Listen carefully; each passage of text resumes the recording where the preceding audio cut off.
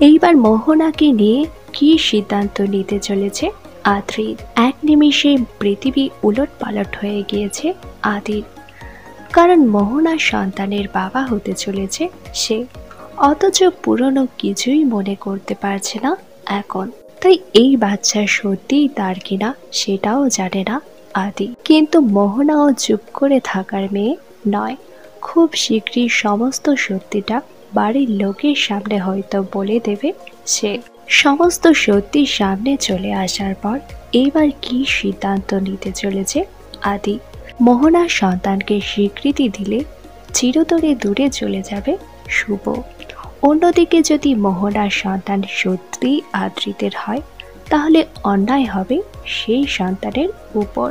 আদির সমস্ত কিছু মনে না পড়লেও সেই সন্তান তার কিনা জানার একটাই উপায়, ডিএনএ টেস্ট।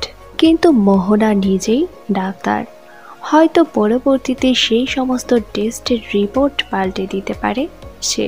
তাহলে আদি নিজেকে কি করে নির্দোষ প্রমাণ করতে পারে সেটাই দেখার আগামী পর্বগুলোতে। তবে মোহনাকে নিয়ে আদির কি সিদ্ধান্ত নেওয়া উচিত বলে আপনাদের মনে হয় তা নিচে অবশ্যই কমেন্ট করে জানান।